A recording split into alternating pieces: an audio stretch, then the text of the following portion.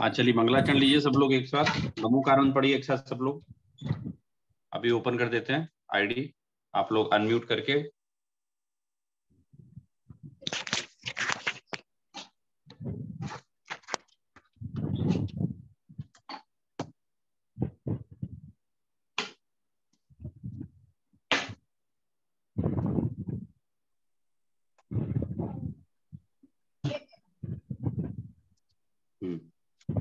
नमो अरिहन्ताणं नमो नमो सिद्धाणं सिद्धाणं नमो वैदियाणं नमो वज्रायाणं नमो नमो लोहे सवसानं। इस भवतरु का मूल एक जानहु मिथ्या भाव, ताको करी निर्मूल अब करी हो मोक्ष उपाव। हाँ, हमारी चर्चा, सबको म्यूट कर दीजिए हर्षित जी।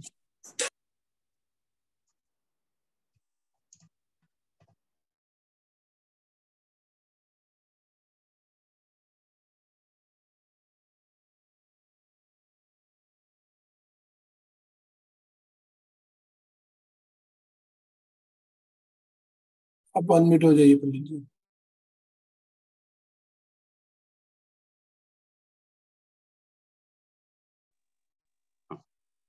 हमारी चर्चा जैन तत्व परिचय पर प्रारंभ हुई है और हम लोगों ने पिछली बार एक सामान्य सा परिचय देखा था कि किस किस हिसाब से इस बुक में जिनवाणी के तथ्यों का संकलन करके उसको एक सरल भाषा में समझाने का प्रयास किया जा रहा है। शैली कुछ डिफरेंट है। ये शैली अक्सर हम देखते हैं पत्रावली वाली शैली, थोड़ी सी इंटरेक्टिव रहती है, सबको इजीली समझ में आए ऐसी शैली होती है। तो वो शैली यहाँ यूज की गई है। तो इसमें दो पात्र नरीना मोना को लेटर लिखा है माने, और उन्होंने उसमें बताया है कि किस तरह से तुम लोग को अब घर से बाहर निकल रहे हो तो किस तरह से तुम लोग को तुम लोग बाहर का जीवन देखोगे और अब तुम्हें तत्व श्रवण का लाभ मिलेगा। किस तरह से अब तुम्हें तत्व को उपयोग करने का, प्रयोग करने का भी समय आ गया। तो फिर लास्ट टाइम हमने देखा था कि किस तरह से हम लोगों ने कुछ प्रैक्टिकल चीजें देखी थी कि हम भी तत्व को किस तरह से प्रयोग कर सकते हैं अपने जीवन में। संस्कार की बात आई थी, संस्कार तत्व श्रवण तुम्हें बचपन से है, तो हम भी ऐसा मानते हैं कि हमारे बच्चों में या हम लोगों में भी बचपन से संस्कार हैं और उन संस्कारों के कारण ही कहीं ना कहीं हम आज यहाँ पढ़ने के लिए बैठे हुए हैं। नहीं तो अगर संस्कार ना हो बचपन के या पूर्व के तो ये जनागम मिलना बहुत दुर्लभ है। हम अपने गुरुदेव का भी एग्जाम्पल देखते हैं तो उनका भी पूर्व के संस्कार थे, वर्तमान के उनकी निमित्त थे, जिनके कारण से उनको तत्व ज्ञान का एक समागम मिला और इसीलिए उनको पूरे जीवन भर कोई व्यक्ति की महिमा ना आकर उनको जो पूरे जीवन काल तत्व की महिमा आई वो एक देखने लायक थी। भले ही जीवन भर उनका विरोध हुआ, लेकिन विरोध होने के पश्चात भी उनने तत्व को नहीं छोड़ा और उनका पूरा का पूरा जो फोकस था वो तत्व समझने पे था। तो ऐसे यहाँ भी है कि अ, थोड़ा बहुत घर के संस्कार, मतलब वो बच्चों को समझा रही हैं माता जी, तो हम भी देख लें कि भाई थोड़े बहुत घर के संस्कार हम लोग देते हैं और हम में भी हैं वो संस्कार कहीं ना कहीं। तो इस तरह से इसमें एक सिचुएशन बनाई गई थी कि अब तुम्हें सचमुच योग नहीं है कौन सी चीजें वो देखो, और अब तुम्हें परीक्षा पूर्वक प्रतीति करनी चाहिए। परीक्षा पूर्वक प्रतीति यहाँ बहुत इंपॉर्टेंट है। परीक्षा पूर्वक प्रतीति की थोड़ी सी चर्चा हमने लास्ट टाइम की थी। जैन फिलॉसफी, जैन धर्म क्या है? तो ना तो ये मैं बोल रहा हूं तो मेरे द्वारा बनाया हुआ है, ना तो जिनदेव ने कहा है इसलिए उनके द्वारा बनाया हुआ है। मूलतः जिनागम की बहुत साधारण सी परिभाषा है। वस्तु की जो व्यवस्था होती है ना, बस उस व्यवस्था को बताने वाला ही जिनागम है, जैन तत्व। उससे बाहर कुछ भी नहीं है। तो जिनदेव भी ये क्लेम नहीं करते, जिनदेव ये क्लेम नहीं करते। हम भी जिनदेव को ये नहीं बोलते कि जिनदेव ने बनाया। हम तो हमेशा ये बोलते हैं जिनदेव ने तत्व को बताया। बात आती है कि हमें जैन धर्म को परीक्षा करके स्वीकार करना चाहिए। तो परीक्षा करके स्वीकार करने में तो बहुत सारी बातें हैं। अच्छा, मतलब डाउट करना चाहिए। तो कह रहे हैं कि ये डाउट वाला परीक्षा नहीं है। ये तो जिस तरह से हम किसी वस्तु को, उसके सारे गुणों को जानते हैं हम, और गुणों को जानने के बाद हमें ये ख्याल आता है, कंपैरेटिव स्टडी भी करते हैं हम लोग, तो उसको जानने के बाद हमें ये ख्याल आता है कि हमें किस तरह से इस पर श्रद्धान करना है, और उसकी सही महिमा हमें तभी आती है। तो कुछ ऐसा ही यहाँ भी कहा गया है कि परीक्षा पूर्वक प्रतीति करनी चाहिए। मतलब हमने पढ़ लिया और हो गया काम, वो नहीं। कह रहे हैं आप उसको देखो कि वो सही, एक्चुअल में सही है कि नहीं। पुण्य पाप का श्रद्धान अगर हम देखेंगे तो पुण्य पाप का श्रद्धान देखने में भी हमें एक बात समझ में आएगी कि जनागम में अगर कहा गया है पुण्य पाप का श्रद्धान, तो वो वैसा है। वो हम अगर अपने प्रैक्टिकल लाइफ में देखें तो वैसा ही है। आयु कर्म का सिद्धांत देखें तो आयु कर्म का सिद्धांत भी वैसा है। मैंने आप लोग जब शिविर लगा था तब बताया था मैंने कि कोरोना में मैंने बहुत सारे लोगों को काउंसलिंग दी इस बारे में कि आप कोरोना आया है और मैं मर ना जाऊं, आप इस घबराहट में मत रहो। आयु कर्म से पहले किसी की मृत्यु नहीं होगी, हमारी भी नहीं होगी। आप घबराओ मत। आप अधिक दवाइयों का सेवन मत करो। आप मरण से, आयु से पहले हमारा जीवन नहीं जाने वाला है। कुछ उसमें से समझे, कुछ नहीं समझे, लेकिन फिर भी जनागम में जो लिखा है उसका श्रद्धान हमें है, और हमने फिर उसी आधार से दूसरों को भी बताने का प्रयास किया। परीक्षा, परीक्षा की बात हमारी चली ना। परीक्षा पूर्वक प्रतीति करो। तो परीक्षा पूर्वक प्रतीति का मतलब यही होता है सिंपल सा, कि आप देखो कि मूल रूप में जो जनागम में बात कही गई है वो वैसी ही है या नहीं है। जनागम में जो बात कही गई वो वैसी ही है या नहीं है, तो उसे देखो आप प्रैक्टिकल लाइफ में देखो आप हिसाब वैसी है कि नहीं है। तो जब हम देखते हैं तो हमें पता चलता है कि बात तो ऐसी ही है। अब इसे कोई माने या ना माने, इवन जिनदेव की बात हम बोलते हैं कि जिनदेव की बात है, परंतु मूल रूप में तो वस्तु की व्यवस्था है, और जिनदेव भी बताने वाले एक माध्यम है, मीडियम केवल है। तो इस तरह से हम एक परीक्षा की बात अभी हमने सामान्य रूप से की है। समय समय पर ये परीक्षा की बात आएगी और हम लोग इसकी चर्चा करते जाएंगे। क्लास पढ़ते में मेरी एक रिक्वेस्ट है सब लोगों से कि मैं सबको देख नहीं सकता हूँ। अपनी वीडियो में चालू कर देता हूँ। मैं सबको देख नहीं सकता हूँ। फिर भी आप लोग ये एक अपना सेल्फ एथिक्स बनाइए कि हम क्लास पढ़ते समय क्लास ही पढ़ेंगे। हम जिनवाणी का स्वाध्याय है ना, तो जिनवाणी का स्वाध्याय ही करेंगे। हम कोई और काम नहीं करेंगे। और अगर वीडियो आप लोग चालू कर सकें, मैं आप लोगों को देख पाऊं तो बहुत अच्छी बात है। उससे मुझे सुविधा होगी देखने में कि कौन कौन सुन रहा है। अगर आप कंफर्टेबल नहीं है कोई बात नहीं, लेकिन अगर कंफर्टेबल है तो आपको अवश्य वो चालू करना चाहिए। तो मैंने ये पॉइंट आपको इसलिए ध्यान दिलाया क्योंकि मैं अधिकांशतः देखता हूँ कि ऑनलाइन क्लासेस में लोग नाइट सूट में बैठ जाते हैं, कैसे भी कपड़े बैठ जाते हैं। तो ये जिनवाणी के प्रॉपर स्वाध्याय ही है, इसलिए हम लोग उसको प्रॉपर वैसा ही लें। आवाज नहीं आ रही, किसने लिखा? आवाज आ रही बराबर? नहीं आ रही हर्षद जी? ये सर आ रही है, बराबर आ रही है। आई ना? ओके गुड, आती है आवाज बराबर है। बराबर, ठीक। हाँ, तो चलिए आगे बढ़ाइए इसको। हर्षद जी आगे बढ़ा दीजिए। ये यहाँ से पढ़ना था ना, नीचे से, तुम दोनों के निमित्त से।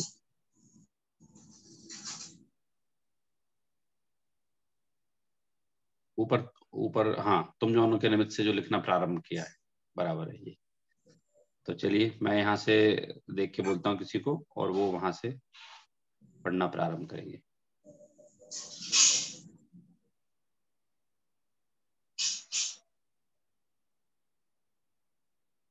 हाँ पढ़ो, गाथा पढ़ी बेटे।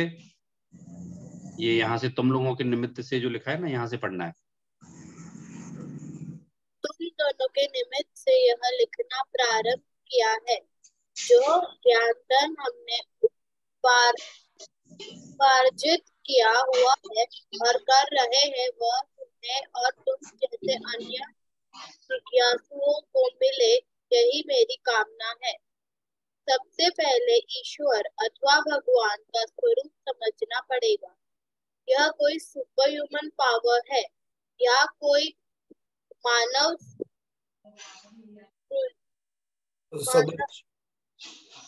सदृश प्राणी है। यह समझने के लिए कुछ मूलभूत बातें हमें समझनी होगी। इसके लिए सर्वप्रथम आत्मा क्या चीज है यह समझेंगे।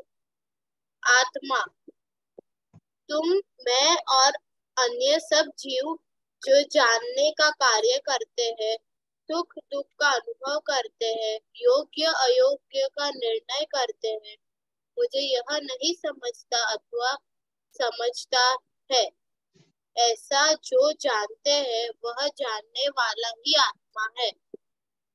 हाँ बस देखिए, अब आप लोगों को मैं पिछली क्लास में बता चुका, हमारी ये एक सामान्य क्लास नहीं हो रही है। हम इसके साथ पता है बहुत सारे फिलोसफिकल एंड साइकोलॉजिकल पॉइंट भी डिस्कस करने वाले हैं। क्योंकि मेरी स्टडी के बेसिस पे मैंने देखा है कि मोक्ष मार्ग प्रकाशक में आचार्य कल पंडित टोडोमल जी ने जिस ह्यूमन साइकोलॉजी की स्टडी करके और वो तत्व को प्रेजेंट किया है, वो रिमार्केबल है, देखने योग्य है। तो उन्हीं को आधार बना के हमारी एक क्लास जो अभी प्रारंभ ने की है, इसमें हम बहुत सारी चीजें डिस्कस करेंगे। हम ह्यूमन साइकोलॉजी के बारे में डिस्कस करेंगे। हम जो जनरल टेंडेंसीज हैं कि लोगों की क्या टेंडेंसीज होती हैं, दुनिया कहाँ जा रही है, किस ओर जा रही है, उनका क्या लक्ष्य है, तो वो हम सारी जिनागम को रिलेट करके करेंगे। यहाँ क्या कहा कि आपको मूलभूत बातें समझनी हो, तो इसके लिए पहले क्या समझना होगा? तो कोई भी चीज को समझने के लिए पहले हमें उसके मूल को समझना हो। इसमें मैं आप लोगों को थोड़ी सी जनरल नॉलेज देता हूं कि कोई हमसे अगर पूछता है ऐसा कि आपको ये आता है क्या, तो अगर हमें सही में नहीं आता है ना, तो हमें बोलना चाहिए हमें नहीं आता है। भले ही हम बड़े हो या छोटे हो, अगर हमें नहीं आता है तो नहीं आता है। मैं आपसे पूछता हूं कि आपको क्या जैन दर्शन अच्छे से समझ में आता है, तो आप लोग अगर आता है तो बोलिए आता है, और नहीं आता है तो बोलिए नहीं आता है। क्यों? यहाँ कहा है आपको पहले मूलभूत बातें समझनी होंगी। तो क्या मूलभूत बातें समझनी होंगी कि भाई भगवान का स्वरूप क्या है, आत्मा क्या है। अब भगवान के स्वरूप की भी यहाँ बात आएगी तो हम डिटेल में पढ़ेंगे कि लोग भगवान का स्वरूप कैसा मानते हैं और एक्चुअल में है क्या। कई सारी जिज्ञासाएं पैदा होंगी। हमारे आसपास भी हम देखते हैं कि बहुत प्रकार की मान्यताएं हमें दिखाई देती हैं, और वो मान्यताएं कभी कभी हमें सही भी लगती हैं, क्योंकि अधिकांशतः लोग उन मान्यताओं को फॉलो करने वाले होते हैं। तो भगवान की भी मान्यता अलग अलग है लोगों के मन में कि कौन है भगवान। आप लोग साउथ इंडियन मूवीज देखते होंगे, उसमें तो कोई समाज सेवक हो उसको ही भगवान की तुलना या उपमा दे दी जाती है। तो हमारे सामने ये क्वेश्चन हमेशा रहा है, सदैव रहा है कि भगवान कहाँ है? क्या भगवान सही में किसी को दंड देने का काम करते हैं? क्या भगवान सही में किसी को रिवॉर्ड देने का काम करते हैं, पुरस्कार देने का काम करते हैं? ये क्वेश्चन हमारे मन में है। आप लोग जानते, जब मैं छोटा था तो ये क्वेश्चन मुझे बड़ा रहा करता था, भगवान से मिलना है, भगवान से मिलना है। मंदिर जाता था तो मूर्ति मिलती थी, भगवान से मिलना है। जब बड़े हुए, जब स्वाध्याय किया तो समझ में आया कि भाई भगवान से मिलने के लिए भगवान बनना पड़ता है। तो ईश्वर कौन है, आज सारे संसार के सामने यही क्वेश्चन। लोग कहते हैं ये जो हो रहा है ना, सब भगवान का किया हुआ है। कोई कोरोना आया, बीमारी आई, फ्लड आया, टोर्नेडो आया, कुछ भी आया, सब भगवान का किया हुआ है। आपके जीवन में अच्छा हो रहा है तो भगवान ने किया। तो यहाँ कह रहे हैं भी कौन है भगवान, इसकी चर्चा यहाँ करने वाले हैं। फिर कह रहे हैं कि हमें मूलभूत बातें समझनी होंगी। तो जैसा कि मैंने आपको बताया कि अगर हमें कुछ नहीं आता हो कभी, तो हम बहुत क्लियर बोले कि हमें नहीं आता है। तो हम ये मान लें कि जैन दर्शन में अभी हमें कुछ नहीं आता, वस्तु की व्यवस्था में कुछ नहीं आता, तो फिर क्या करें? तो यहाँ कह रहे हैं कि आप मूलभूत बातों को समझो। और इसके लिए सबसे पहले हमें क्या समझना होगा? इसके लिए सबसे पहले हमें आत्मा को समझना होगा। ठीक है, तो आगे बढ़िए अर्चित जी। इसके लिए सर्वप्रथम आत्मा क्या चीज है हम यह समझेंगे। तो बोल रहे हैं कि भाई हम मूलभूत बातों को समझेंगे तो आत्मा क्या चीज है, क्योंकि जनागम का जो रीढ़ है, जो प्राण है, वो आत्मा है। भले ही परमात्मा की आत्मा हो या हमारी आत्मा, आत्मा मेन है। लोग कहते हैं ऐसा कि स्वरूप जी आप लोग तो सब आत्मा ही आत्मा की बात करते रहते हो, क्या उसके अलावा और कोई बात आपके पास नहीं है क्या? तो मैं उनसे बोलता हूँ कि कोई और बात हो तो बताओ ना। जानने वाला कौन? आत्मा। पूजन किसकी हो रही है? आत्मा की। पूजन कर कौन रहा है? आत्मा। संसार की सारी व्यवस्थाएं किसके लिए हैं? आत्मा के लिए। मोक्ष जाने का काम कौन करता है? आत्मा। नरक जाने का काम कौन करता है? आत्मा। जब सारे काम आत्मा कर रहे हैं तो क्या हम उस मूल बिंदु को ना पकड़ें? देखिए ये हमें आत्मा को समझना है। ये बात महत्वपूर्ण इसलिए भी है कि जैसे हम देखते हैं कि कोई भी सिस्टम में एक मेन बटन होता है, तो आप छोटे छोटे कई सारे बटन दबा दो, कुछ नहीं होगा, लेकिन मेन बटन दबाने से सारे फंक्शन स्टार्ट हो जाते हैं। ऐसे ही जनागम का जो मूल है वो आत्मा है, और हम उसको समझेंगे। तो यहाँ कह रहे हैं तुम, मैं और अन्य सब जीव जो जानने का, सुख दुख का अनुभव करते हैं, योग अयोग का निर्णय करते हैं, मुझे यह समझ नहीं आता अथवा समझता है, ऐसा जो जानते हैं वह जानने वाला ही आत्मा है। बहुत साधारण सी परिभाषा यहाँ बता दी है, सरल परिभाषा बता दी, साधारण से ज्यादा कहूं सरल परिभाषा बताइए। क्या बताइए सरल परिभाषा? कि जो आत्मा कौन है, जैसे अपन कभी फील करना हो ना, आत्मा कौन है, तो मैं आपसे बात कर रहा हूं, मैं आत्मा, शरीर नहीं कर रहा है। आप लोग जो सुन रहे हैं वो आत्मा। एक मेरे पास, मैं बड़ौदा गया था बहुत पहले, प्रवचन करने गया था, तो वहां एक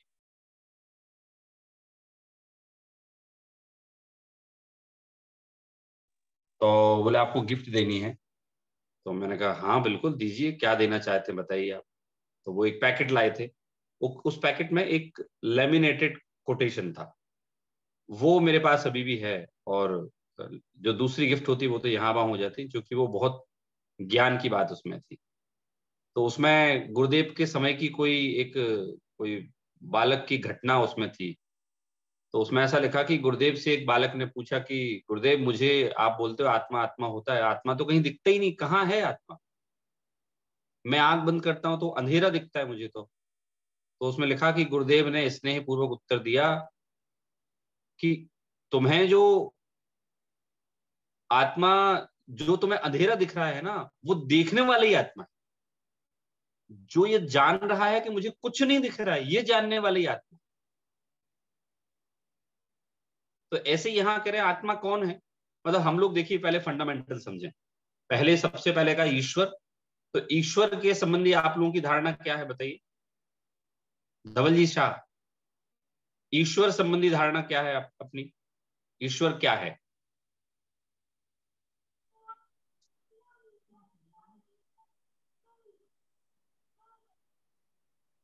आवाज नहीं आई मुझे, आप बोल रहे हैं क्या?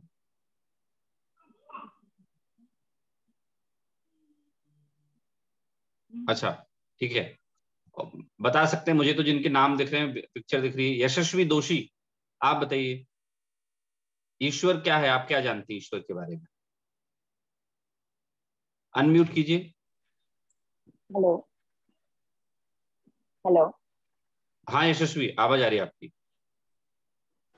ईश्वर ऐसा, भगवान तो अभी तो वही लगता है कि मंदिर जाते हैं, जो मूर्ति होती है वो भगवान है। और एकदम ऐसा धर्म के रीति से तो मैं स्वयं भी भगवान ज छू।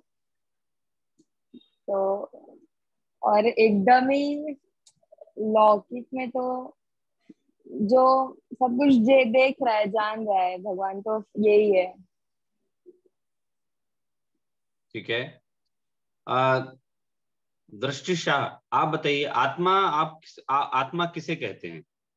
अभी यहाँ वैसे लिखा हुआ है, तो भगवान का जो बताया वो ये बताया कि भाई जो, हम तो वैसे खुद भगवान हूं, लेकिन वो इतनी बड़ी बड़ी बातें नहीं कर रहे अभी यहाँ राइटर, वो बता रहे हैं ईश्वर कौन है। तो जो लोग मानते हैं वो तो ईश्वर को कर्ता मानते हैं। आत्मा की क्या, हम आत्मा के बारे में क्या सोचते हैं, बताइए आप।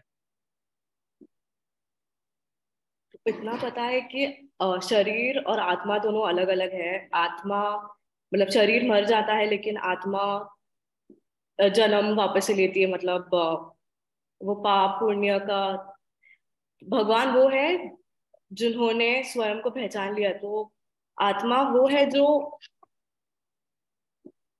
मेन सब्सटेंस है, is what I would say. देखिए बड़ा सिंपल सा है, मैं जो बोल रही हूं ना, मैं ही आत्मा, शरीर नहीं बोल रहा है, आत्मा ही बोल रही है। जानने का काम ये आत्मा ही कर रही है। सुख दुख का अनुभव किसको हो रहा है? आत्मा को हो रहा है। आप जानते हैं शरीर को कभी कोई सुख दुख का अनुभव हुआ ही नहीं कभी। बहुत सिंपल डेफिनेशन है आत्मा की। कौन है आत्मा, कहाँ है? तो बोले मैं जो बोल रहा हूं, जान रहा हूं, सुख दुख का अनुभव कर रहा हूं, मैं ही आत्मा। क्या एक सम्यक जी? क्वेश्चन हाँ हाँ पूछूं इस पे? हाँ, दृष्टि बोली। तो मैंने ऐसा देखा है कि जिनका विल पावर जो बहुत स्ट्रांग होता है ना, उनको इतना सुख दुख का अनुभव उनको इतना सुख दुख का अनुभव नहीं होता। मतलब वो ज्यादा शांत रहते हैं। लेकिन जिनका विल पावर वीक होता है, उनको सुख दुख का अनुभव ज्यादा होता है। तो ऐसा क्या ऐसा है कि आत्मा और लाइक शरीर, तो मुझे अभी तक ऐसा लगता था कि शरीर जिनका तंदुरुस्त नहीं होता या एक्सरसाइज या जो भी है, so it is linked somewhere. तो आई ये मेरे जो भी मैं समझती थी उससे काफी अलग है, टू बी ऑनेस्ट। हाँ बढ़िया।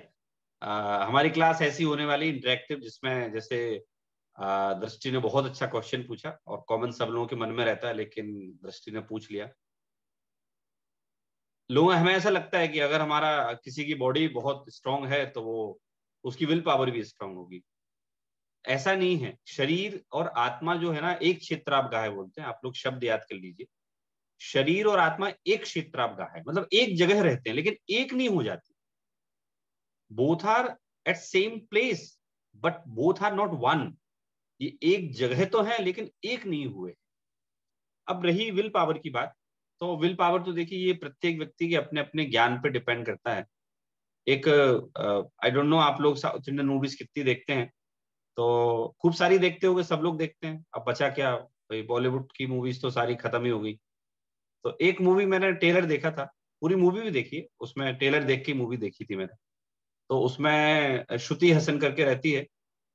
तो वो लिफ्ट में, लिफ्ट जो है ना, लिफ्ट रुक जाती है, फिर ऊपर नीचे होती है। तो उसमें हीरो रहता है, तो हीरो बहुत डर लगता है उसको। तो वो हीरो से पूछता है कि भाई तुम्हें डर नहीं लग रहा है? बोले बहुत डर लग रहा है मुझे, तुमसे ज्यादा लग रहा है। तो बोले दिख तो रहा ही नहीं है। बोले मेरे पापा बोलते हैं अपने दुख को एक्सप्रेस दिखे नहीं, बाहर में दिखना नहीं चाहिए। ठीक है। फिर बैंक में रहते हैं ये लोग, तो बैंक में डाकू आते हैं, वो चोरी करने के लिए रॉबर्स आते हैं। तो ये फिर डरता है, और ये तो सीधी बैठी रहती। तो तुम्हें डर नहीं लग रहा है? बोले बहुत लग रहा है, तुमसे ज्यादा लग रहा है। बोले तो दिखता क्यों नहीं है? बोले पापा ने बोला है अपनी एक्सप्रेशंस को बाहर नहीं आने देना चाहिए। अब इसमें ऐसा है कि विल पावर, ये अगर किसी का हमें डर नहीं दिख रहा है, इसका मतलब ये नहीं कि वो अंदर में आकुल व्याकुल नहीं है। प्रत्येक आत्मा अपने ज्ञान के हिसाब से आकुल व्याकुल और निराकुल होता है। जिसको जितना ज्ञान उतना आकुल व्याकुल निराकुल होगा। शरीर के हष्ट पुष्ट होने से कोई संबंध नहीं इसका। हो सकता है शरीर किसी का कमजोर हो और वो अंदर से बहुत मजबूत हो, और ये भी हो सकता है किसी का शरीर बहुत बलवान दिखता हो, अंदर से बहुत कमजोर हो। मैंने ऐसे कई लोगों को देखा है। एक हिंदी में कहावत है, आप लोगों ने सुनी होगी कि मोटा देख के डरना नहीं और पतला देख के लड़ना नहीं।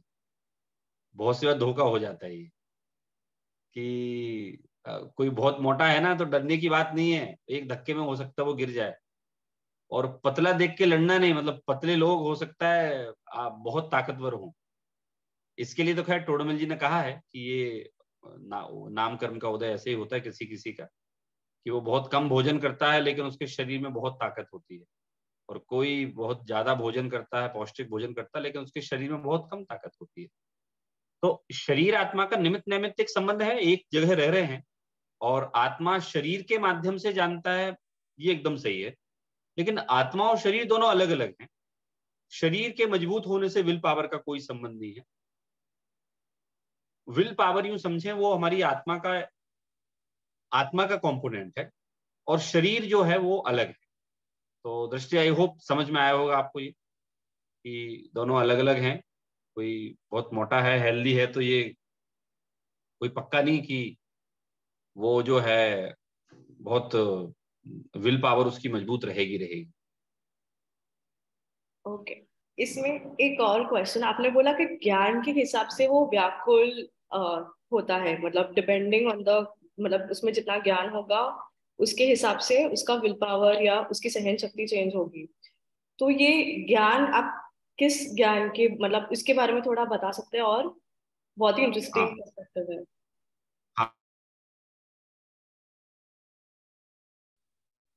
हाँ। जैसे आप लोग हिल एरिया में कभी गए होंगे, आप लोग मेरे ख्याल से घूमने गए होंगे। घूमने गए आप लोग हिली एरिया में कभी? तो गाड़ी जब जाती है ना तो आपने देखा होगा गाड़ी कैसी जाती है। मतलब उसमें स्टीयरिंग कभी कोई सीधी नहीं दे सकता। उसमें स्टीयरिंग को ऐसे फिर ऐसे फिर ऐसे फिर ऐसे, कभी कभी तो ऐसे लगता है कि ये गाड़ी खाई में गिर जाएगी। और वो खाई कोई छोटी मोटी खाई नहीं होती, 100 फीट गहरी खाई, 200 फीट गहरी खाई, इतनी। लेकिन वो ड्राइवर बोलते हैं साहब आप डरो मत, आप नहीं गिरोगे, आप डरो मत, मैं एक्सपर्ट ड्राइवर हूं और मैं दिन रात गाड़ी चलाता हूं, आप नहीं गिरोगे, डरो मत। तो हमारे ज्ञान के हिसाब से हमें क्या लगता है कि यार कहीं हम गिर ना जाए।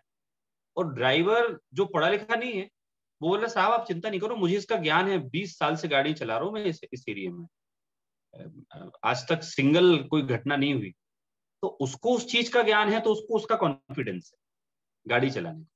इसी तरह से जिसको भी जिस चीज का ज्ञान है, एक्सपीरियंस है, उसको उस चीज का कॉन्फिडेंस रहेगा। फॉर एग्जाम्पल हम जैसे वेल्थ मैनेजमेंट फील्ड से हैं, तो जहां कोविड में सारे पूरी जनता को अखबार डरा रहे थे कि अब तो पूरी दुनिया बर्बाद हो गई, सारा मार्केट क्रैश हो गया, पूरे धंधे बर्बाद हो गए। वहां आप समझिए हम तो लड्डू लड्डू खा रहे थे हम लोग। मतलब लिटरली जब मार्केट गिरा 3 दिन उस समय 2020 में, तो हमने तो आपस में मिठाइयाँ बांटी और बहुत खुश हुए, फोन लगा लगा के बधाइयाँ दी, भाई 6 साल से अवेटेड थी ये इवेंट और अभी ये आई है, बहुत खुश हुए। तो लोगों को बड़ा आश्चर्य हुआ कि ये पागल आगल तो नहीं हो गई। और हमने फिर अपने क्लाइंट को, जो हमारे क्लाइंट्स हैं हमारे यहाँ से, फोन गए उनको, तो वो डिप्रेशन में थे, हम खुश थे। तो सौरभ जी क्या हो गया आपको, आप नहीं दिख रही, दुनिया तहस नहस हो रही है, दुनिया खत्म हो रही है। मैं आप चिंता मत करो, मुझे पिछले 100 साल का इतिहास पता है, 20 साल से तो मैंने 20 साल का फेस किया है, मैंने 100 साल का इतिहास पता है, कुछ नहीं होने वाला, आप चिंता मत करो, मैं जो बोलता हूँ आप ऐसा करो। तो अब इसमें क्या हुआ, मुझे 20 साल का रियल एक्सपीरियंस, 80 साल का बुक के द्वारा एक्सपीरियंस, इतना एक्सपीरियंस लेके मेरा ज्ञान उस चीज में खुशी मना रहा कि अपॉर्चुनिटी है, और दूसरे का ज्ञान कह रहा है कि फियर है। ऐसा हम मतलब मैंने अपना दिया, आप लोग अपने अपने उसमें देख सकते हैं। अब इसमें ऐसा भी समझ लो कि वो स्केरी हाउस होते हैं, तो वो कई मॉल में जाते हैं ना, तो भूतों के वो जाते हैं ना कि वो ट्रेन में बैठ जाओ आप और फिर वो कंकाल लटक रहे और ऐसा हो। तो आप लोग जानते हैं ना, मैं कभी नहीं जाता उधर, मुझे बहुत डर लगता है। और आप लोग जा सकते हैं। तो अच्छा पंडित जी, मतलब आपको ज्ञान नहीं सर, क्या आपको ज्ञान नहीं कि वहां कुछ नहीं होता है? हाँ, मेरे को इतना ज्ञान है कि उनको देखने से ना मुझे अच्छा नहीं लगता, तो मैं नहीं जाता कभी। बच्चे जिद करते हैं तो बोलते बेटा तुम चले जाओ, मैं तो नहीं जाऊंगा। तो इसमें दृष्टि ज्ञान का क्या एक्चुअली में, कि ज्ञान जिस व्यक्ति को जितना है उस हिसाब से उसको, जिस फील्ड का भी है। हम तो यहाँ चूंकि तत्व की चर्चा कर रहे हैं, इसलिए हम स्पेसिफिक तत्व ज्ञान की बात अगर करें, तो तत्व ज्ञान को पढ़ने से जब हमें वस्तु की व्यवस्था का ज्ञान हो जाता है, तो हमारी आकुल व्याकुलता मिट जाती है। अब आकुल व्याकुलता मिटती है तो क्या होता है, हमारी उम्र बढ़ेगी, बूढ़े होंगे, फिर हमें चिंता नहीं। क्यों? क्योंकि हमें ज्ञान है, वस्तु की व्यवस्था को हमने जिनवाणी से जाना। क्या क्या जाना हमने, कि भाई जो जो बालक था वो यंग हुआ, जो यंग है वो बूढ़ा होगा, जो बूढ़ा है वो मरेगा। ये रूल है, और इसे कोई टाल ही नहीं सकता है, इसे टाला जा ही नहीं सकता किसी हालत में। तो हम अगर जो वस्तु की व्यवस्था है उसका ज्ञान ले लें, तो डेफिनेटली हमारी जो आकुल व्याकुलता है, वो सारी आकुल व्याकुलता हमारी जाने वाली। तो ये मैंने वस्तु व्यवस्था का बताया। और किसी को क्वेश्चन तो पूछिए, दृष्टि ने अच्छे क्वेश्चन रेज किए आप लोगों की तरफ से, और मैं देख रहा हूं आप लोग सब बराबर इंटरेस्ट से सुन रहे हैं। तो किसी को क्वेश्चन हो तो पूछिए, नहीं तो हम इसको अपन विषय आगे बढ़ा सकते हैं। हाँ माधव शाह, आपको क्वेश्चन है? आप लोग, आप दोनों बड़े ध्यान से सुन रहे हैं। हाँ, अनम्यूट कीजिए। अभी तक पंडित जी समझ में आ रहा है सब कुछ, सही है। समझ में आ रहा है? ओके। तो ये वैसे मैंने ये किताब लेने का मेरा पर्पस ये है कि मैं यूएस में इसकी क्लास चला चुका, और हमारी क्लास करीब 4 साल चली थी। तो वो उस समय जो एक्सपीरियंस हुआ, मेरे मैक्सिमम स्टूडेंट यूएस में इसी से जुड़े, क्योंकि ये बहुत सरलता में बड़ा इंटरेस्टिंग टॉपिक इसमें आने वाले हैं। पूरी किताब आप देखेंगे तो ऐसे ही थोड़ी सी चर्चाएं उसमें की गई हैं जो हमें थोड़ा सा कैची लगती हैं, इंटरेस्टिंग लगती हैं। ठीक है। तो इसमें अब मैं पूछ रहा था आप लोगों से कि भाई आत्मा क्या होती है, तो उसमें दृष्टि ने अच्छे क्वेश्चन उठाए। सम्यक आप बताइए, आत्मा के बारे में आपका क्या कहना है? आत्मा क्या होती है, कैसे देख सकते हैं उसको हम? आत्मा, ज्ञान, ज्ञान वही आत्मा है जो अपने को जानने देखने में आता है, वही आत्मा है। अच्छा, तो जो सुख दुख का अनुभव होता है वो शरीर को हो रहा है कि आत्मा को हो रहा है? आत्मा को हो रहा है। लेकिन हमें तो ऐसा लगता है मेरा हाथ दर्द कर रहा है, मेरा सर दर्द कर रहा है, बोलते तो हम ऐसे ही है। उस समय ज्ञान को चूक जाते हैं और शरीर पर लक्ष्य करके बोलते हैं मेरे को दुखा, मेरे को दुखा। हाँ, तो बराबर उत्तर है। इसका एक उत्तर ये भी होता है कि हमारी आत्मा शरीर के माध्यम से जानती है, इसलिए चूंकि शरीर और आत्मा एक साथ है, तो शरीर में होने वाली वेदना को, मतलब आत्मा वेदना, आत्मा उस वेदना को जानने का जो काम करती है, तो हम कहते हैं आत्मा को वेदना हुई। मूल रूप में तो आत्मा को वेदना होती नहीं, लेकिन शरीर का एक जो स्ट्रक्चर बना हुआ है, उस स्ट्रक्चर में कहीं भी थोड़ी गड़बड़ होती है, तो वो गड़बड़ आत्मा को फील होती है। जो फील होती है उसी को हम बोलते हैं कि वेदना हुई। तो वेदना का काम, दुख का काम तो निश्चित रूप से आत्मा को ही हुआ, लेकिन किसके माध्यम से हुआ? शरीर के माध्यम से हुआ। तो हमारा स्टार्टिंग ही हो रहा है। इसमें स्टार्टिंग में राइटर एक बात, बढ़िया बात बोल रहे हैं कि भाई अगर आपको जिनागम अच्छे से समझना है तो उसके लिए आपको उसके बेसिक पॉइंट समझना पड़ेगा, है ना? क्योंकि अगर आपने बेसिक पॉइंट नहीं समझे तो आपको आगे कुछ समझ में आएगा ही नहीं। किसी चीज का ज्ञान करना है तो कैसे करेंगे आप, है? देखो, आप लोगों को मैंने उसमें बताया था, मैं किताबों का बड़ा शौकीन हूँ, मुझे पढ़ना बहुत अच्छा लगता है मुझे। ठीक है। पढ़ना अच्छा क्यों लगता है, उसके पीछे बड़ा साधारण सा कारण है कि जिनवाणी में जब अपन ने पढ़ा कि ज्ञान आत्मा का स्वभाव है, तो ज्ञान आत्मा का स्वभाव है, और हमें किताबों से क्या मिलता है? हमें किताबों से ज्ञान मिलता है, और वो ज्ञान मेरी सेल्फ प्रॉपर्टी है, मेरी स्वयं की प्रॉपर्टी है। तो वो पढ़ने में बड़ा आनंद आता है। वैसे भी हम दिन रात जानने का काम ही तो करते हैं। टीवी देखते हैं, आप क्या काम करते हैं? टीवी देख रहे हैं, जानने का काम कर रहे हैं। अपनी आईने में हम लोग अपना फेस देखते हैं, तो क्या कर रहे हैं? हम लोग जानने का काम कर रहे हैं। तो हमारी आत्मा का काम जानना है। तो आत्मा, कभी कोई पूछे या आप अपने आप से भी क्वेश्चन पूछें कि आत्मा कहाँ है, तो आप अपने आप को उत्तर दे सकते हैं कि ये जो बोल रहा है ना, ये जो सुन रहा है, ये जो फील कर रहा है, यही आत्मा है। अधिकतर लोग क्यों भाग जाते हैं? सौरभ जी, आप लोगों के प्रवचनों में, मतलब आपके मुमुक्षु समाज में सब प्रवचनों में बहुत गहरी गहरी बातें चलती हैं, और वो आप लोग इतनी आत्मा को इतना डीप में डिटेल में ले जाते हैं कि मुझे तो नींद आने लगती है। तो मैं कहता हूँ हाँ हाँ, आप एकदम सही बात बोल रहे हैं, डीप में जाते हैं हमारे प्रवचनों में, लेकिन वो उतने स्वाध्यायी होते हैं। तो बोले आप बताओ मुझे साधारण शब्दों में कि भाई आत्मा क्या है। तो फिर मैं यही बताता हूँ कि जो क्वेश्चन पूछ रहा है ना मेरे से, ये कि आप बहुत डीप में जाते हो, यही आत्मा है। जो बोल रहा है ना, यही आत्मा है। जो आपको अंदर में फील होता है, आप अंदर में बोलते हो ना, आईने के सामने खड़े होके, भाई आज तो तुम बहुत अच्छा लग रहा है, अपने आप से ही बात करते हैं हम, तुम बहुत अच्छे लग रहे हो। तो वो कौन बात कर रहा है? वो हमारी आत्मा ही तो बात कर रही है। सोच रहे हैं हम, अच्छे बुरे जो विचार आते हैं वो काय में आ रहे हैं? वो आत्मा में ही हमारे विचार आते हैं।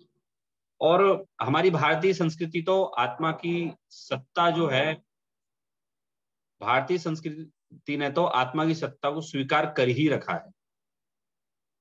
इसलिए हमारी कई सारी मूवीज रीबर्थ पे बनी हुई हैं, राजा महाराजाओं पे बनी हुई हैं, पुराने समय पे बनी हुई हैं। तो हमें अपने विषय को आगे बढ़ने से पहले, यहाँ राइटर ये कह रहे हैं कि हमें मूलभूत चीजों को समझना आवश्यक है। तो मैंने भी आपको पूरी क्लास में जो मैटर चलने वाला है हमारा, 2 विषयों पे चर्चा करेंगे हम, एक ईश्वर और एक आत्मा। तो जो भी समझा जाएगा इन दोनों के आसपास ही रहेगा, या तो ईश्वर के समीप रहेगा या फिर आत्मा के। तो 7 तत्व होंगे, विश्व की व्यवस्था होगी, वो सब इसी के आसपास रहेंगे। तो कभी आपको ऐसा लगे कि मुझे जैन दर्शन का मूल बिंदु समझना है, तो आप 2 शब्द में याद कर सकते कि अगर मैंने आत्मा और परमात्मा को समझ लिया, इट मीन्स मैंने पूरे जिनागम का सार मैंने समझ लिया।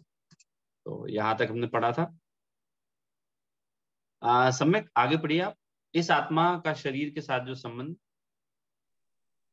इस आत्मा का शरीर के साथ जो संबंध अथवा संयोग होता है, इस संयोग को हम अजीव प्राणी कहते हैं। देखो, प्राणी शास्त्रज्ञ भी उसे अजीव कहते हैं, जीव नहीं कहते।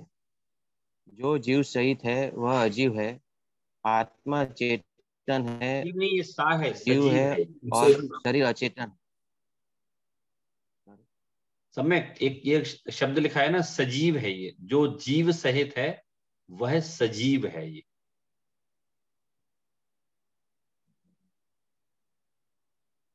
जो जीव हाँ, सहित है पढ़िए वह सजीव है। आत्मा चेतन है, जीव है, और शरीर अचेतन है, जड़ है। शरीर में ज्ञान नहीं है, शरीर सुख दुख का अनुभव नहीं कर सकता। यह संबंध कुछ निश्चित काल तक रहता है। यह संबंध खत्म होता है, उसे हम मरण कहते हैं। देखो, संबंध खत्म हुआ है, ना जीव का अंत हुआ और ना अचेतन का, यानी यानी शरीर के परमाणु का। मरण तो उपरांत इस जीव का अन्य शरीर के साथ संबंध होता है, उसे जन्म कहते हैं। जन्म से लेकर मरण तक जीव अथवा आयु है, उसे भव कहते हैं।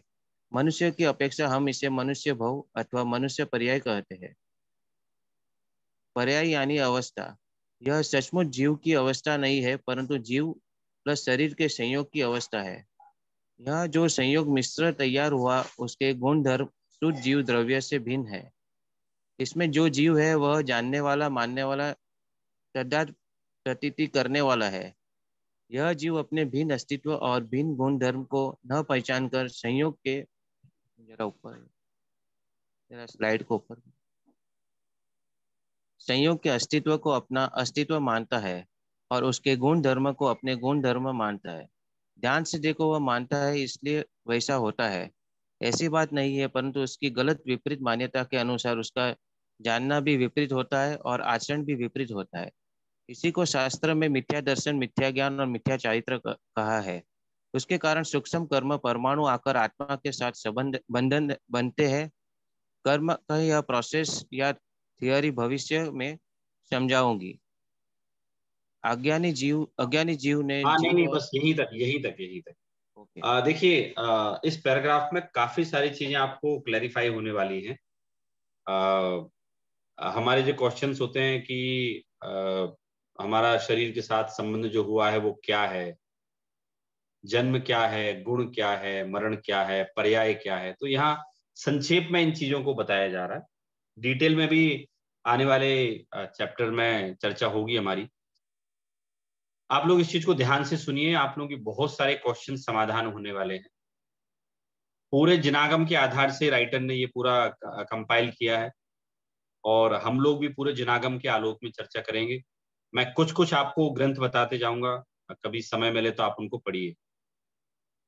आत्मा की खोज एक जिनागम की ना अद्भुत खोज है। वैसे तो पूरा भारतीय दर्शन आत्मा की बात करता है, पूरी भारतीय संस्कृति में आत्मा की बात की जाती है, लेकिन जिस आत्मा की बात जिनागम करता है, जैन दर्शन करता है, उस आत्मा की बात उसके आसपास भी कोई नहीं पहुंच पाता। अन्य दर्शन यद्यपि आत्मा की बात करते हैं, लेकिन वो आत्मा को परमात्मा रूप में नहीं देखते, वो परमात्मा के अंश रूप में देखते हैं। तो आप लोग एक बात मान के चलिए कि हम सब लोग अलग अलग हैं। भले ही माता पिता ने हमें जन्म दिया, उसके बाद भी माता पिता का शरीर अलग है और हमारा अलग है, हमारी आत्मा अलग है, हम सब अलग अलग हैं। हम एक कभी नहीं हो सकते। क्यों नहीं हो सकते? क्योंकि हमारी आत्मा सबकी अलग अलग आत्मा है। शरीर के साथ भी संयोग जो हमारा है वो अनादिकाल का, और अगर मोक्ष नहीं जाएंगे तो अनंत काल तक रहने वाला है। तो पहले आप पूरा इसका साइंस समझिए कि ये आत्मा क्या है, किसके साथ रह रहा है, कब से रह रहा है, क्यों रह रहा है, वो गुण है जो कहाँ है, मेमोरी जो इकट्ठी होती है वो कहाँ होती है। ये सारी चीजें हम यहाँ पढ़ने वाले हैं और एकदम साइंटिफिक उसका आंसर आने वाला है। तो पहले कहा कि संयोग किसे कहते हैं, है ना। तो संयोग की डेफिनेशन दी है। आप लोग अगर डायरी पेन लेके बैठे हैं तो आप लोग इसको लिख सकते हैं। आत्मा का शरीर के साथ जो संबंध अथवा संयोग होता है उसको हम सजीव प्राणी कहते हैं। सजीव प्राणी किसे कहते हैं? आत्मा और शरीर का जो संबंध होता है उसे हम कहते हैं सजीव प्राणी। सजीव मतलब जीव सहित जो शरीर है उसे हम कहते हैं सजीव प्राणी।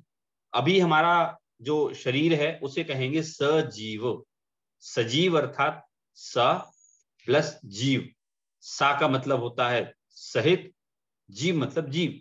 जीव सहित जो है वो सजीव कहलाता है। जब शरीर निकल जाता है तो कहते हैं अब ये निर्जीव हो गया। निर्जीव का मतलब क्या होता है?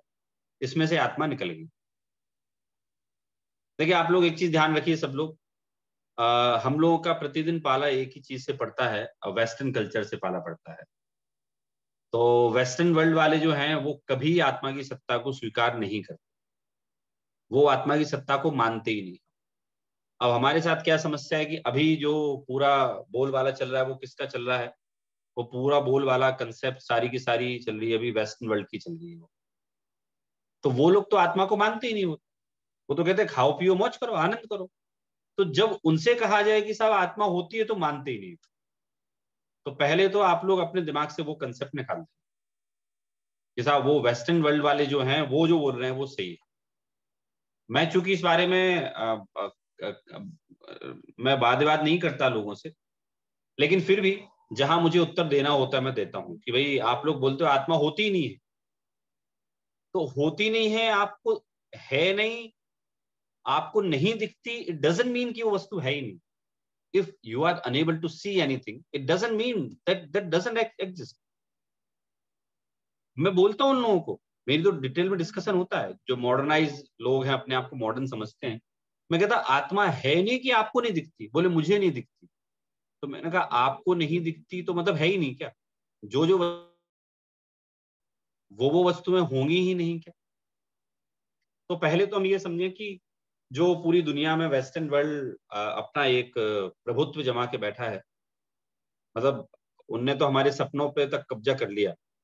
वो लोग डिसाइड करवाते हैं हमसे कि हमें कौन सी यूनिवर्सिटी में पढ़ने जाना है, कौन से शहर में पढ़ने जाना है? उनने उनने हमें डिसाइड करवाया कि हमारी लड़की की शादी कहाँ होगी और घर कैसा होना चाहिए, और आत्मा नाम की कोई वस्तु नहीं होती, खाओ पियो मौज करो। तो अपने कई सारे जैनी हैं जो मुझे दिखते हैं ऐसे, अरे सौरभ जी धर्म वर्म कुछ नहीं होता है, तो जीवन मिला है, आनंद करो, मजे करो। तो मैं उनसे कहता हूँ कि भैया आप एक बार जिनागम पढ़ो ना, आप ये वेस्टर्न फिलोसफी, वेस्टर्न कंसेप्ट क्यों लेके बैठे हो? तो पहले तो हम लोग अपना दिमाग क्लियर करें, आत्मा होती है। तो आप लोगों को सबको सबको श्रद्धान है आत्मा होती है कि नहीं होती है? कि किसी को कोई डाउट है आत्मा होती है कि नहीं होती है?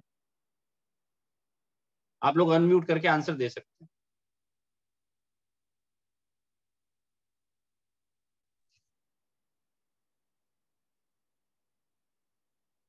मेरे पास दो विचार है इस बारे में। हम्म एक है आत्मा होती है और एक आत्मा नहीं होती है। हम्म मैं जो दूसरा विपरीत विचार है उसके ऊपर फोकस, मतलब अगर इफ दे वुड, अगर वो लोग वहां यहाँ पे होते तो वो लोग क्या बोलते हैं, मैं उनके साइड से क्वेश्चंस पूछ रही हूँ। Like don't take me personally, but हाँ, तो अगर वो होते और अगर वो बोलते कि अगर आत्मा नहीं होती है तो वो बोलते हैं, तो मेरा पहला डिफेंस ये होता है कि इतने आयुष्य के, मतलब इतने सारे सालों के बाद, इतने जन्म लेने के बाद हम लोगों को एक जैन धर्म मिला है एंड उसका बेस्ट यूटिलाइजेशन करना चाहिए। इसीलिए इस जन्म में जितना अपना कल्याण हो उतना कर लेना चाहिए। तो उनका डिफेंस ये होता है एग्जैक्टली इतने जन्म लेने के बाद एक मानव जन्म मिला है, तो एक ही लाइफ होती है जीने के लिए। यहाँ पे you should experiment, you should दुनिया देखनी चाहिए। और लाइक यू नो व्हेन, जब भी मृत्यु का समय आए और जब भी पता हो कि अपने कर्म अच्छे हो या ना हो, तभी रिग्रेट नहीं होना चाहिए कि we have not tried everything, we have not lived it enough. तो इसमें मतलब उसका मतलब कहीं हद तक ये भी होता है कि आत्मा नहीं होती है, ये जन्म अपना लास्ट है, इसके बाद शायद से कल वो आत्मा आगे कैरी फॉरवर्ड हो या ना। हाँ बराबर है। वो लोग क्या बोलते हैं, उनका वेस्टर्न फिलोसफी क्या है, वो लोग क्या बोलते हैं कि हमें जो चीज नहीं दिखती ना वो है ही नहीं। उनका सिंपल सा कंसेप्ट है, हमें जो चीज नहीं दिखती वो है नहीं। तो इसके लिए आचार्यों ने बहुत अच्छा उत्तर दिया है, मतलब इसके लिए दूरवर्ती पदार्थों का दिया है कि भाई दूरवर्ती पदार्थ क्या होते हैं। एक काल से दूर होते हैं वो कालवर्ती पदार्थ कहलाते हैं, एक क्षेत्र से दूर होते हैं वो दूरवर्ती पदार्थ कहलाते हैं। हम लोग अगर कोई से देश, कोई से जगह नहीं गए हों, जैसे चलिए मैं आपसे पूछता हूँ, अभी मैं एक जगह, लास्ट टाइम मैंने आपको अपडेट दिया था कि अभी हम एक हिल स्टेशन होके आए, मुक्तेश्वर। वहां जैन रिसोर्ट बना हुआ है, बहुत बढ़िया बना हुआ है। अब आप लोग तो कोई गए ही नहीं, तो मैं आपसे बोलूंगा तो आप बोलोगे ऐसा थोड़ी कोई है, ऐसी जगह है ही नहीं है। तो मैं बोलूंगा है नहीं, आपने कैसे बोला? बोले मैंने नहीं देखी। तो मैं कह रहा हूं आपने नहीं देखी, इसका मतलब ये नहीं कि है ही नहीं वो। अच्छा, मैं अब जैसे मैं कहूं मैंने एक नई जगह इन्वेंट की, खोज की मैंने उसकी, तो आप लोग कहेंगे नहीं नहीं सर, आपने खोज नहीं की, पहले से थी वो, आपने केवल उसको जानी। तो वेस्टर्न फिलोसफी वाले क्या बोलते हैं कि हमने नहीं देखा इसलिए नहीं है। और रही बात की ये हमारा लास्ट भव है, तो वो तो पहले ही नहीं मानते, तो लास्ट क्या मानेंगे? वो तो ये बोलते हैं कि भाई जो एलिमेंट्स मिले, 5 एलिमेंट्स से हमारी बॉडी बनी, इसमें जान आई और बस मजे करो, वो मर गए। तो वो मानते हैं आत्मा ही खत्म, मतलब ये शरीर को ही आत्मा मानते हैं। उनकी दृष्टि में ऐसा कोई बाइफिकेशन है ही नहीं कि दे आत्मा ने शरीर अलग अलग। तो वेस्टर्न वर्ल्ड वाले जो मानते हैं ना, वो इसको ही आत्मा मानते हैं, इसके अलावा कुछ नहीं मानते। क्योंकि वो कहते हैं हमें दिखती नहीं तो होती नहीं, जो दिखती नहीं वो होती ही नहीं है, क्योंकि जो होती है वो दिखती है, वो ऐसा बोलते हैं वो लोग। तो इसके लिए तो हमारे आचार्य ने बहुत अच्छी तरह से डिफेंड किया है इन चीजों को, और आंसर भी दिए हैं। तो हम टाइम टू टाइम उसको डिस्कस करते जाएंगे, लेकिन ये कंसेप्ट सबको क्लियर होना चाहिए, है ना। अगर हमें कंसेप्ट क्लियर नहीं हुआ तो वेस्टर्न वर्ल्ड वाले तो बड़े मॉडर्नाइज होते हैं, और वो तो कहते हैं, आप जानते हो वो लोग इतने हम लोग बोलते हैं कि दे आर वेरी सिविलाइज्ड, लेकिन मैं बोलता हूँ सबसे ज्यादा असभ्यता तो उनकी है। सबसे ज्यादा असभ्य वही लोग हैं। कैसे? बहुत 2-4 एग्जाम्पल भी दूंगा तो आपको क्लियर हो जाएगा। भारत एक ऐसा देश है जहां ये कहा जाता है कि यत्र नार्यस्तु पूज्यन्ते रमन्ते तत्र देवता। नारियों की जहां सम्मान होता है वहां देवताओं का निवास होता है। और भारत देश में नारियों को बहुत उच्च स्थान प्राप्त है। क्यों प्राप्त है वो भी मैं आपको बता देता हूं। क्योंकि जो शील भारतीय नारियों में पाया जाता है वो शील अन्यत्र पाया जाना संभव ही नहीं है। अब वहां तो उन्होंने क्या कह दिया भाई, वो वेस्टर्न वर्ल्ड वालों ने क्या कह दिया, सब इक्वल राइट्स हैं, कुछ भी करो, मौज मस्ती करो। तो हमारी भारतीय संस्कृति उस चीज को स्वीकार नहीं करती। हमारी भारतीय संस्कृति उस चीज को सही नहीं मानती। वो लोग कहते हैं साहब इक्वल राइट्स हैं, हमें क्या जीने का अधिकार नहीं। तो वहां ऐसे होते हैं, आपने सुना होगा हाफ पेरेंट्स होते हैं वहां, किसी की माँ से किसी के पिता से वो जीवन भर बदलते ही रहते हैं, फिर भी वो सुखी नहीं होते। तो वो लोग कहते हैं कि हम तो कुछ भी गड़बड़ कर लें, हमारा तो आगे कुछ होने वाला नहीं है। भारतीय संस्कृति में कहते हैं भाई साहब स्त्रियों को अपने संयम में रहना चाहिए, नहीं तो अगले भाव में आप नरक में जाओगे, त्रियंच हो जाओगे। तो संयम में रहते हैं। अब वो लोग जब मानते ही नहीं है कि कुछ होगा तो वो कहते हैं कुछ भी करो, कुछ होना ही नहीं है, ये तो इसके बाद तो सब खत्म ही हो जाएगा। तो भाई मैं 1 शादी करूं, 2 करूं, 4 करूं, स्त्रियों को कोई बाधा नहीं है। तो वहां का अगर आप कल्चर पूरा आप एनालिसिस करेंगे, क्योंकि हम लोग तो रेगुलर करते रहते हैं, हम वेस्टर्न कल्चर पूरा पढ़ते भी हैं, अभी मेरी रिसर्च चल रही है तो उसमें भी मैं पूरी स्टडी कर रहा हूँ इन चीजों की। तो उनकी तो बहुत सिंपल सी लाइन टैगलाइन है उनकी तो कि साहब हम स्त्रियां हम क्यों संयम में रहे, हमें कौन सा नरक का डर है, हमारे अकॉर्डिंग तो नरक होता ही नहीं है। तो फिर आप संयम की बात तो उनसे करो जिनको ये डर लगता हो, हमें तो लगता ही नहीं, क्योंकि हम तो इसके बाद खत्म। तो इसलिए आप मांस खाओ, आप शराब पियो, जुआ खेलो, अडल्ट्री करो, कुछ भी करो, कुछ होने वाला नहीं। तो हम उससे विपरीत हैं। हम क्या बोलते हैं, आत्मा अनादिकाल से थी और अनंत काल तक रहेगी।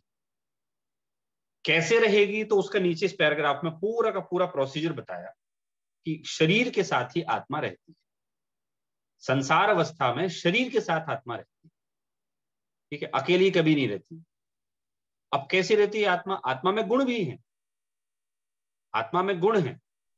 वो किसी भी शरीर के साथ रह सकती है। वो स्त्री का शरीर हो सकता है, वो पुरुष का शरीर हो सकता है, वो त्रियंच का शरीर हो सकता है, नारकी का हो सकता है, किसी का भी हो सकता है। तो हम लोग बड़े इंपॉर्टेंट मैटर पे यहाँ डिस्कशन प्रारंभ किया है, आत्मा पर। और इसमें यही बताया जा रहा है कि आत्मा होती, पहले तो ये मान लो आप, क्योंकि अगर आप नहीं मानेंगे तो फिर तो आगे की सारी बातें बेकार हैं। भाई अगर हमें यही स्वीकार नहीं हुआ कि आत्मा होती है तो फिर तो आगे की सारी बातें बेकार है। हमारा वैसे समय हो गया है, 10 बज गए हैं, और आप लोग भी काफी हिम्मत करके 9 से 10 क्लास पढ़ रहे हैं, बढ़िया बात है। इसके बाद हो सकता है आप लोगों को नींद आने लगे, इसलिए मैं ज्यादा आप लोगों को जगाना नहीं चाहता। और अच्छी खुशी की बात है आप सब लोग आ रहे हैं, कुछ नए नए लोग आ रहे हैं, जैसे नैमी गांधी मुझे दिखे अभी। आप शायद पहली क्लास में लास्ट टाइम आए थे क्या नैमी जी आप? नहीं पंडित जी, लास्ट टाइम में आया था, फर्स्ट क्लास में। अच्छा अच्छा, आप लोग आते जाइए, जो जो नए हैं तो आप ग्रुप पे भेजिए कि मैं नया ज्वाइन किया है मैंने, तो फिर मैं आपका परिचय कराऊंगा सब लोगों से। तो 2 4 5 क्लास में हमारा एक थोड़ा सा आपस में इंटरेक्शन हो जाएगा, आप लोग थोड़े से फैमिलियर हो जाएंगे मुझे सुनने के, हमारा क्या कंटेंट चल रहा है। बस इतना बोल रहा हूँ कि आप घबराना मत, बहुत ईजी लेंगे हम लोग। मैं बहुत बॉम्बार्डिंग करने वाला नहीं कि आप लोग को नींद ही आ जाए, बिल्कुल भाग ही जाओ आप। हम बहुत इजी वे में जिनागम को समझने वाले हैं, समझेंगे जिनागम, मतलब हमारा अदर कोई पर्पस नहीं है, केवल एक जिनागम को समझना पर्पस है। तो किसी को कोई क्वेश्चन हो तो हमारा ओपन फोरम है ये, you can ask question, you can write question, आप पूछ सकते हैं। लेकिन मैं भी आपसे पूछूंगा तो बी अलर्ट, मैं किसी का भी नाम लेके पूछ सकता हूँ, ठीक है।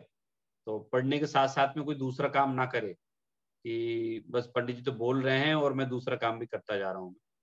तो मैं यहाँ लिस्ट देख के किसी का भी नाम बोल सकता हूँ। कुछ लोगों को आप में से मैं जानता हूँ, कुछ को नहीं जानता हूँ, धीरे से मैं सबको जान जाऊंगा। तो इस तरह से हमारी आज की क्लास हुई। किसी को भी क्वेश्चन हो तो पूछ सकते हैं, नहीं तो हम लोग जिनवाणी से चलेंगे। अभी कोई क्वेश्चन है किसी को? हाँ नहीं है, कोई बात नहीं। आज 33 आईडीज है हमारी ऑनलाइन, और 33 थी, अभी 30 बची, कोई बात नहीं।